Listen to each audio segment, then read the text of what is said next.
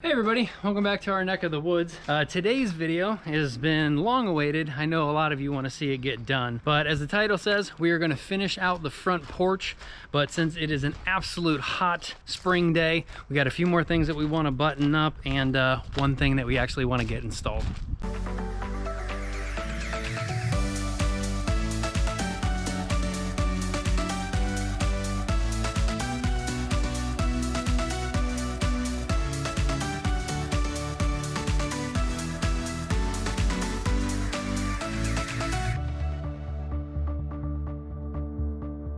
All right, so first, almost another problem with the RV. We've had two issues with the air conditioner, and today is the first day that we've actually turned it on. The first issue that we had years ago, the manufacturer decided to drape a wire over top of the sheet metal ductwork. And when the fan blows into the ductwork, that piece of wire laying across it literally just always got blown around, and it severed the wire and it ended up killing the unit. So that was a nightmare to diagnose and actually rip the entire box off, which is actually not serviceable in that way, until I was able to find it and repair it and then kind of like glue it all back together and service it that way. Second failure we had last year, it actually started raining inside of the RV, and that's because as that thing produces condensation, there's a drip tray. Well, both sides of the drip tray was only like a pinhole. They got clogged with dirt, the water built up and then flowed over into the ductwork, and it literally was raining inside of the RV. And then of course this year, that's the first time I fired it up, it was making a horrible noise. Well, the motor was, or the fan I should say, was basically rusted shut, and the motor was trying to run, but the fan wasn't spinning. So that could have led to an overheat, and that could have led to a fire. But quickly was able to diagnose it, went up in there, put a screwdriver actually in the vent hole and pushed the fan, and it actually started to spin up. So once that thing shuts off, I will go up there, remove the cover, and we will just spray oil all over the shaft and on the tip of the motor to make sure that that actually does not happen again. All right, now before we get to messing with the porch swing, the thing that we're going to actually install is I finally went ahead and got a doorbell because, well, we need a doorbell. That way if people are coming over, they don't always have to knock, and if we're not home, of course with the technology that we have today, why not get one with a camera that will go to our phone? And now that we have full internet access into the house, it will obviously go to picking up the signal and then sending the signal out to our phone. And this is a Ring Doorway 4. So this is the most advanced one that Ring has come out to this year, or this to date, I think. I think it was last upgraded maybe last year. So it's not brand new, but it is the most up to date that they have. We also got an extra battery. They are charging right now. And then we also got a door chime. So that way, if I don't have my phone near me, the door chime just plugs into the wall. I think someone looks like they're in jail and they want out.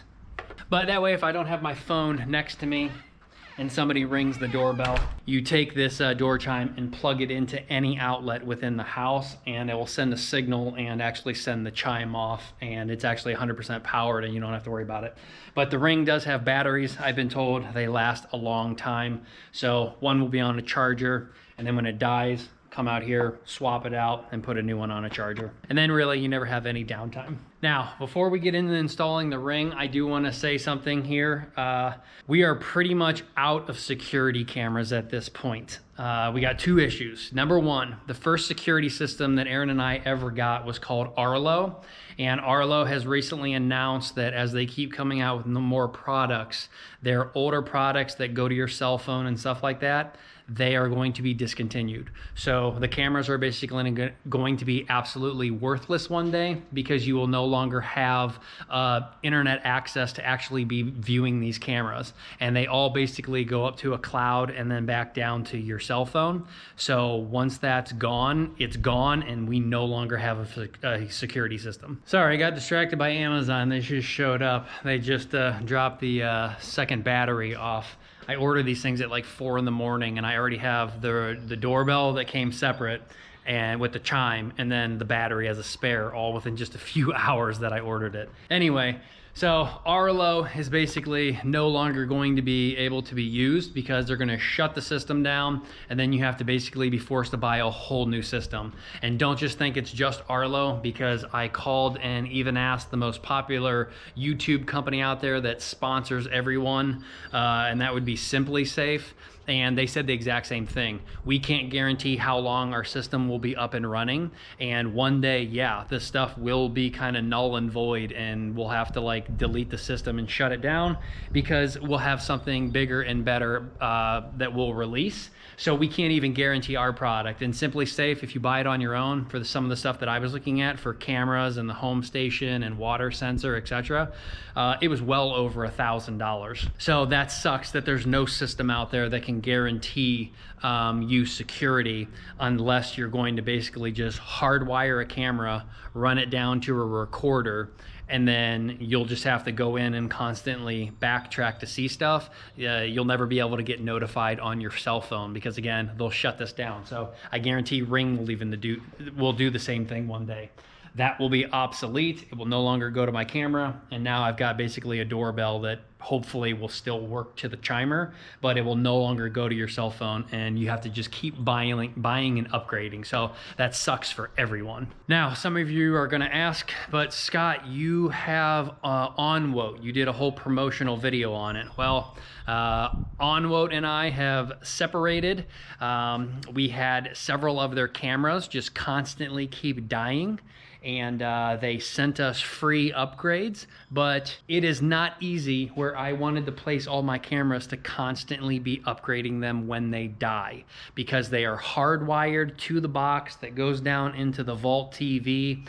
And then, yes, now that we have internet in the house, I can get the signal onto my cell phone, but with them having such a bulky Ethernet cable at the end of the camera, you have to basically drill a big hole like through something into your house. And then if the camera dies, you have to like break the seal. If you like siliconed and painted it shut, pull it back out, unhook it, put a new one in, slide it back in, re-screw a new camera on. And that's just not something that I constantly want to be doing. That's especially with some of the wires that are up into the attic. It's now underneath all of the insulation, and we just simply cannot move the insulation all of the time, replacing dead cameras. So even though Onwote said they're bigger, better cameras, I still just didn't feel comfortable with them dying. So we kind of separated from Onwote.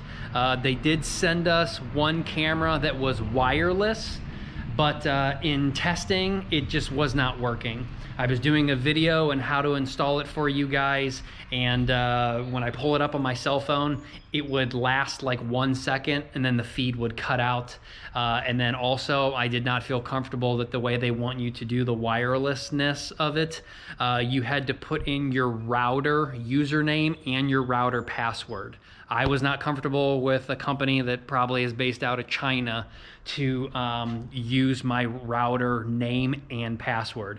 It should be done by like a Bluetooth signal or something, or giving permission to use it with your router, but not actually use your router's username and password.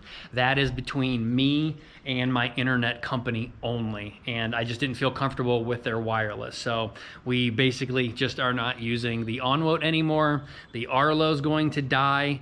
The Simply Safe is extremely expensive, so I don't know what else to do, except you're pretty much just gonna have to drop $500 on a company that you trust and that you wanna use, knowing full well that within like 3 to 4 to 5 years, everything will be trashed and you'll have to throw it away, and you'll have to rebuy a whole new system unless you guys tell me there's something better out there. All right, so the Ring doorbell, we're gonna have to figure out where the hell we're gonna put it. As you can see, it's like way too wide to be mounting right here. Luckily, they do give you a offset kind of mount, so that way it's kind of like pushed out more here to the open, but it's not a very aggressive tilt. So once these batteries charge up and we get it installed, I'll go ahead and hold it maybe right here, because we don't want it here obstructing as you walk in or losing the width of our door space here. So if someone does come up to the door, it would make sense to have it right here, kind of at like a catty corner angle, but I want to see what the picture looks like before I actually drill into a $10,000 door and have this thing installed. I want to make sure that it's going to look good and get some decent coverage. But again, we'll deal with that in a little bit when we get the batteries fully charged. All right, so onto the swing. I just got it all leveled, had to get a bucket and some blocks, and just went and lifted this heavy ass thing up corner by corner. And then I adjusted the nuts on the bottom until everything was back to being straight or level, because this thing obviously has been drying out for several months now. And these knots needed kind of stretched and the rope needed stretched to get it level. So now I'll actually go ahead and cut these so they're not rubbing on the deck. And again, the only thing that we have to do to finish this out is we basically just have to build the backer there. And then we got to figure out what Aaron wants to do and buy the appropriate mattress and pillows and covering so we can actually be out here and using this thing. Although the backer isn't 100% important, because this thing is like over 3 feet long, that I'm nowhere near the back. I mean, you literally have to get your entire body up in here and your feet are hanging off before you actually engage the back anyway. And then we are going to make some just some side crosses or a V shape or something just on the side, so like kids aren't like falling off there, or a pillow doesn't fall off to the side. So let's go ahead and get our lumber. Let's get some measurements. Let's get it cut up and look at the pictures and the design that we want to go with. Figure out how we're going to glue and screw this thing down, and then hopefully then in another couple months we will stain this thing to actually match the porch or the door or whatever stain or color that Aaron wants to go with. But again, for now, let's start measuring, let's start cutting. All right, it's gonna be a little windy today, so if you guys can't hear me, sorry, but first one that we're gonna do here is a 2x6 that's gonna sit up right here, and that's just so the mattress can't slide off the back. So attaching it wise, I'm just gonna run some glue. Because we're going through 5.5 inches, I'm actually gonna drill some holes down through the 2x6, and then we'll screw down all the way in after we drill the hole. So we'll probably have about that much lumber left over, but we'll probably drill half of that 5.5 inches. And then we've got a wooden dowel and a drill bit for that exact size. So that way we can cut it off and sand it down and put in some wood filler. And then all the holes that will go down this way will be completely disappeared. Holy crap, I couldn't have done that better if I tried.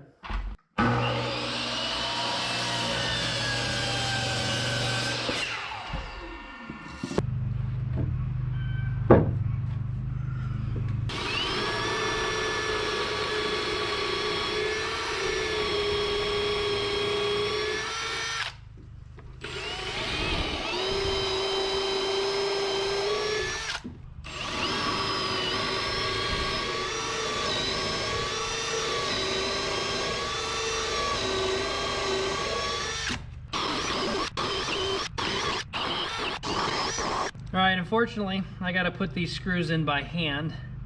The drill bit's too big and it's rubbing on the hole. But these screws are not made to be like really structurally sound. This thing's not really ever going to get kicked off, because if you look at the picture above, there's actually some like reinforcements on these uprights, so this whole thing can't fall off. There'll be a reinforcement strap on each side. I could put one down here in the middle, and then there's almost like a back strap on this to let that back piece not like bend out very easily. It just makes everything a lot stiffer. So again, these screws are really just so this thing can't go anywhere if you slide back into it.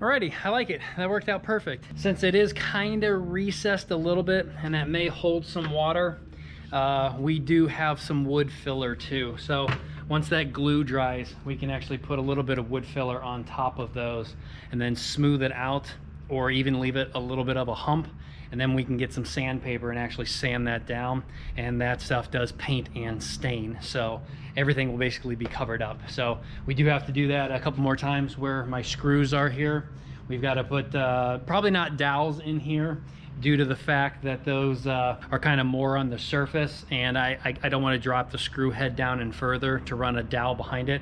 So I'll probably just drop wood filler in all of these holes and then wait for it to dry and then sand it down, and then pretty much every fastener on this thing will be 100% hidden and protected from the elements. All right, now with 3 uprights that we have to do, we just got to figure how tall we actually want this, where it like hits you across your back. And then these ones, unfortunately, we're gonna have to screw and glue down at angles, and we may even have to put a screw or 2 in the back side, like going through like this upright right here, for example. We may have to put a screw in through there, or we just rely on that strapping right here that we're going to put. So again, this thing can't fall off. But let me figure out a measurement, how tall I want this. We'll get those 3 cut up and glued and screwed down, and then I'll figure out how it's going to attach a little bit more securely. All right, so I went with 24 inches total. So 18.5 plus 5.5. And again, we're gonna have to glue down around here and up on the side. And then we'll be able to get in some screws going down this way. And we're gonna have to put in a few screws going at an angle to tie into this. I think this was a 4x6. That way this will kind of be secure here. And then the reason why this one is going over top of this one, and this next 2x6, it's gonna go through the center or all the way down. It's gonna go into here instead of sitting on top.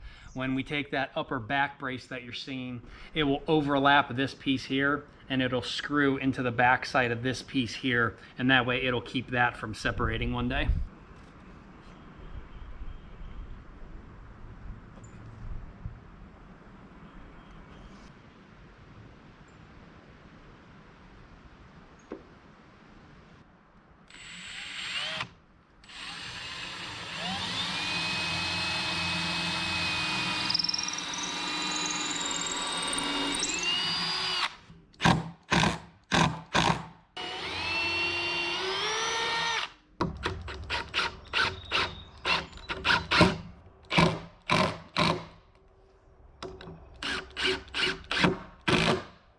All right, that's pretty strong already, but again, we're gonna get a little piece of lumber and stick it back in here in this gap that I made.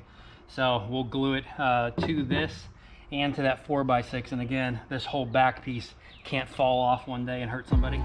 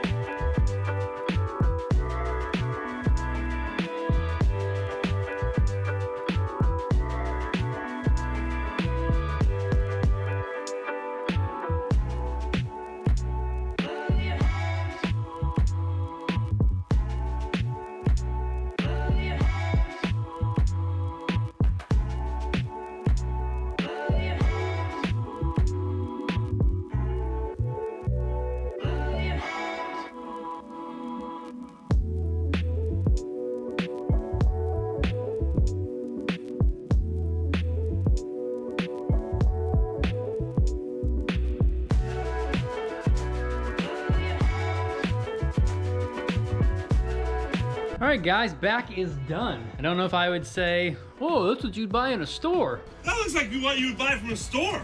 And it's not 100% from the picture that I'm showing you again here. It looks like that one is a lot taller, might even be a hell of a lot wider. But for a, what did I say that was? A twin bed or something that can actually fit in there. I mean, we're putting a full-size twin bed mattress in there. I think it's more than enough for people to hang out and lounge. I've got a little bit of trimming to do, some sanding.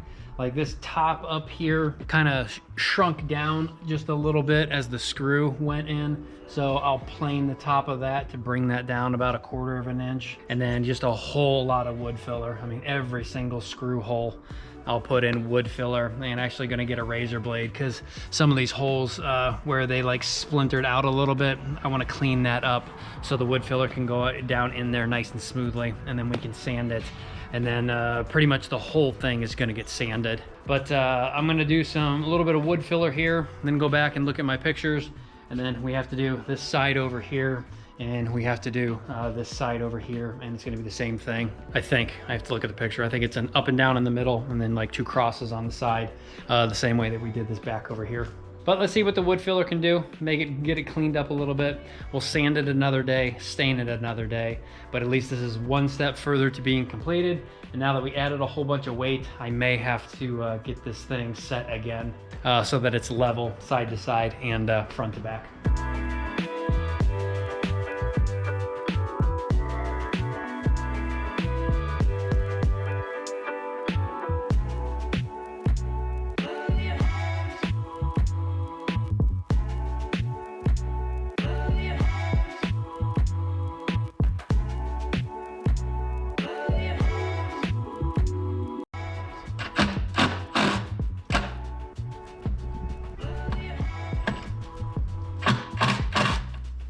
Yeehaw!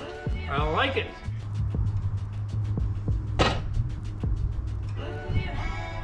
All right, everybody, that was the finishing touches. Getting the ropes cut. It's a nylon rope, so the ICF like heater up thingy that can cut through the foam and everything works perfectly because it melts it so it doesn't fray on the bottom.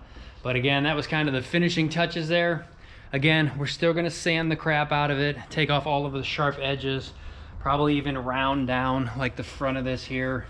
I actually, surprise, surprise, I don't actually have an orbital sander, so I do have to purchase one, and we'll just go over this entire thing with the orbital sander and get into the smaller spaces with a sanding by hand. But we're just waiting for all the wood filler to dry.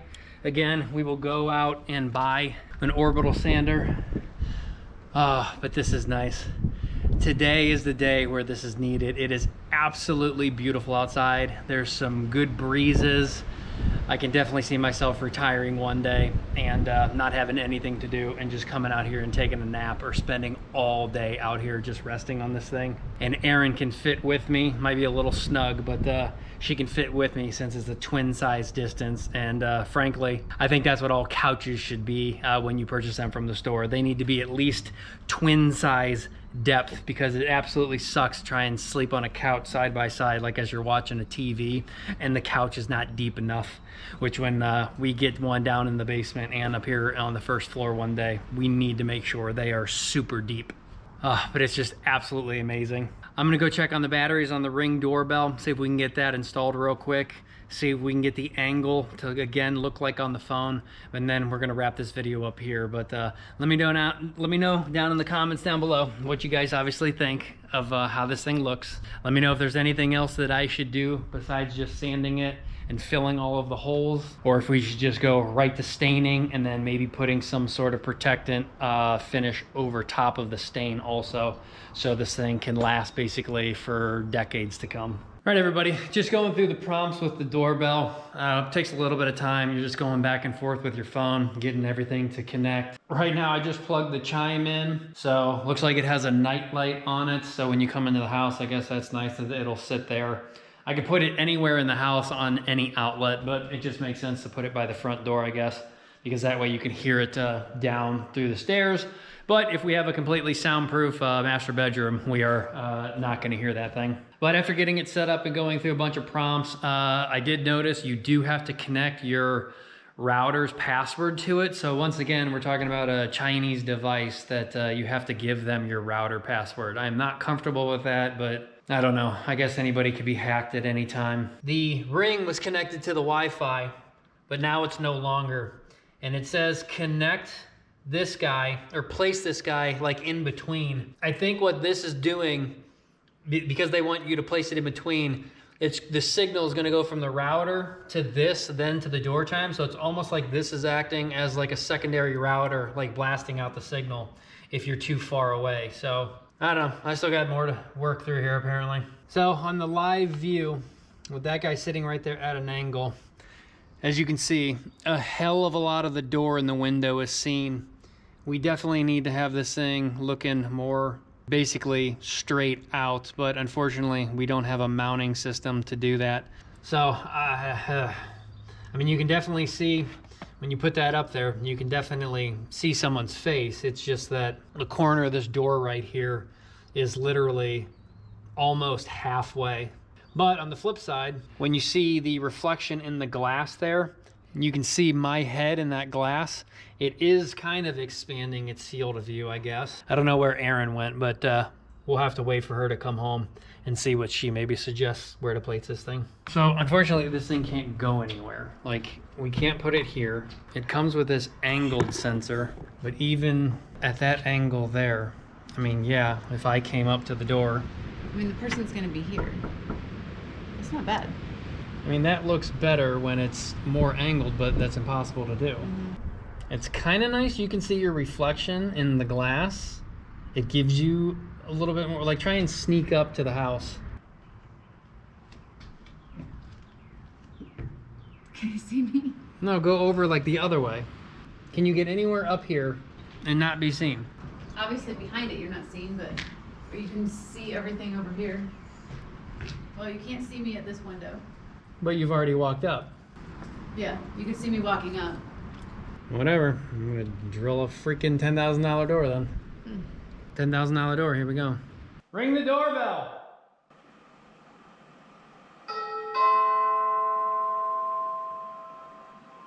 Do it again.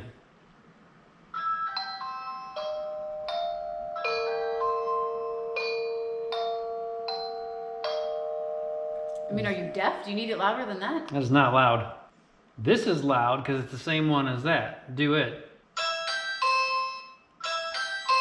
See, that's loud. And that's the only one that does it twice. Everyone else just does it a single time. But that thing works as a router jumper. You can buy 10 of those and put them on every outlet in the house. Make it go again. For which one? Just the one you just did, whichever. It doesn't matter.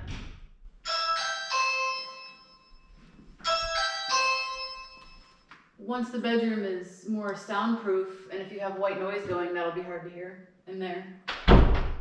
Then you have to buy more of those and put them in the bedroom. Oh my God. I know we need it, but isn't it gonna suck so bad that if this goes out one day and you can no longer use it, and then this thing is no longer usable because these get smaller, bigger, whatever, and now again I've got a freaking hole in my door, and I'll be able to maybe cover up one hole with like a new plate, but the fact that those hole locations are so far apart, what if? This sucks so bad. Oh, God dang it. I just noticed these are long enough. They will go through the ring into the mounting plate. These two just made 4 more holes in the freaking side of the door. All right, and then I guess the last thing you do is so that cover doesn't pop off easily and no one can steal it. It does come with security screws. So every time you change the battery, they give you a little, the anti-theft torque bits. So it's a torque bit, but it has a like a needle point in it, so a regular torque bit won't go on it. And you have to have one where the hole's drilled out in it, or else it won't go on there and screw in. Which I do have a set of security bits, but if you don't, you can't lose this tool they give you. Well, all right, there you have it. Again, you can see me standing there on camera. I'm 6 foot tall, so I still got another foot above my head that you can see my face. So I guess if someone would have to be 7 foot tall at the height that I put that thing, that basically you wouldn't be able to get their head. And I guess shorter people too. I mean, the bottom of that guy is literally below my kneecap, so even a child this tall, you can still see them completely caught. And depending how far one day, if we do want that for motion, that is looking at the driveway, so depending how far away that can actually pick up motion, this may let us know way beforehand if someone pulls into the driveway. But we've got the Arlo all around the property anyway, facing driveway and pretty much everything that you can think of. So Arlo's got our back for now until they discontinue it and turn it off. But I guess for now, it is what it is. Oh, and one more feature that we have to test out. This thing has a microphone, kind of like Arlo and everybody else. Now it's hearing itself and going back and forth, but that actually does work quite quick. So as I'm talking on here, it almost instantaneously is going over there. So it does work. That is one huge problem that we were having again with the on-mode wireless. It just was so delayed and so backed up and not working. But I guess Ring has been around for so long that they actually got it down. So that's not bad. I like it. All right, guys, everything is finished up. We will be back again in kind of like a part 3 of this porch swing, but at least today you guys know what it's going to look like. You know what the Ring camera looks like, and I think it's just absolutely amazing. Today was definitely a plus. I got a lot of work to do actually at work, so it'll be a while before I can get back tackling at this. But again, let me know what you guys think down in the comments below. Hit that thumbs up if you enjoyed, and we'll see you guys next time. Take care.